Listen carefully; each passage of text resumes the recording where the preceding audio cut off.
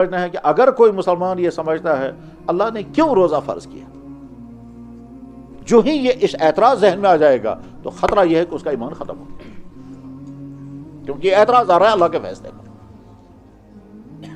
اچھی طرح سے ذہن میں رکھنا چاہیے کہ اسلام بہت وسیع مذہب ہے، اسلام بہت نرم مذہب ہے، لیکن اسلام حساس بھی ہے۔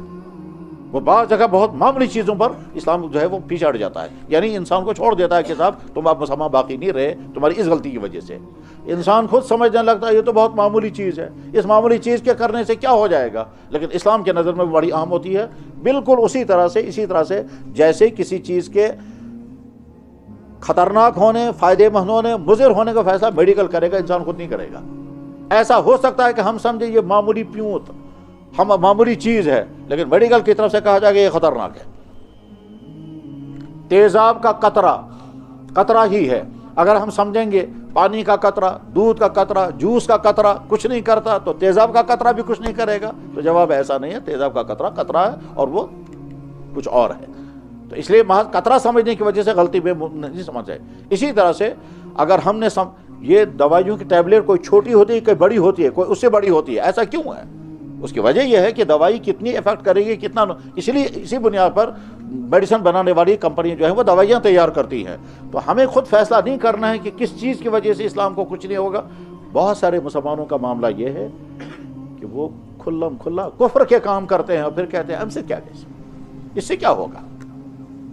جناب وہ والے کام کریں گے جن کی وجہ سے ان کا ایمان لازماً ختم، مگر وہ اپنے آپ کو تسلی دیتے ہیں مجھے کچھ نہیں ہوگا، اس سے کیا ہوگا، اور وہ اپنے آپ کو جھوٹی تسلیاں دے رہے ہیں۔ وَمِنَ النَّاسِ مَن يَقُولُ آمَنَّا بِاللَّهِ وَبِالْيَوْمِ الْآخِرِ وَمَا هُم بِمُؤْمِنِينَ۔ بہت سارے لوگ سمجھتے ہیں ہم مومن ہیں، حقیقت میں وہ مومن نہیں ہیں۔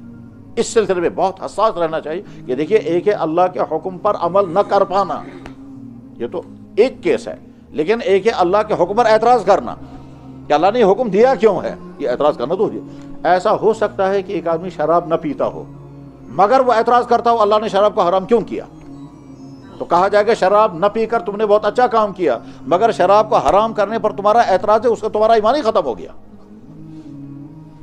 دوسرا آدمی شراب پی رہا ہے مگر ساتھ میں کہتا ہے اللہ نے تو حرام کیا، میں جرم کر رہا ہوں۔ شاعروں میں ایک شاعر گزرے ہیں جگر مراد آبادی، وہ شراب پی کر کے جب نشہ اتر جاتا تھا پھر کہتا تھا یا اللہ اس دنیا میں مجھ سے بڑا مجرم کو نہیں، مجھے معاف کرنا۔ پھر تھوڑی دیر بعد شراب پیتا تھا، پھر شراب پی کر کے پھر بعد میں یعنی دن میں جب بھی شراب پیے گا بعد میں توبہ کرتا تھا، اور پھر اپنے آپ کو کہتا تھا میں تو گندا انسان ہوں۔ بار بار اس کو کسی نے کہا حج کرنے کے لیے، کہتا مجھ جیسا گندا انسان وہاں کیسے جائے گا؟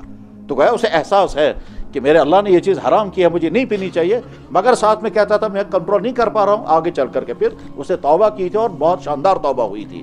تو اللہ کے حکم کو حکم ماننا یہ ایمان ہے، اس پر عمل کرنا یہ دین کا حکم ہے۔ اگر کوئی آدمی اعتراض کرتا ہے خدا نے روزہ کیوں فرض کیا ہے، کیوں اللہ کو کیا ملے گا ہم کو بھوکا رکھنے سے، تو جناب والا اللہ کو کچھ نہیں ملے گا بھوکا رکھنے سے، وہ تو ملنے والا تھا تمہیں۔ اب جب تمہیں اللہ کے حکم پر اعتراض ہے تو تمہارا ایمان خطرے کی زد میں آ گیا، اس کو خود اپنی فکر کرنی ہوتی ہے۔ اور ہمارے لیے حکم یہ کہ فوراً حکم کفر مت لگانا۔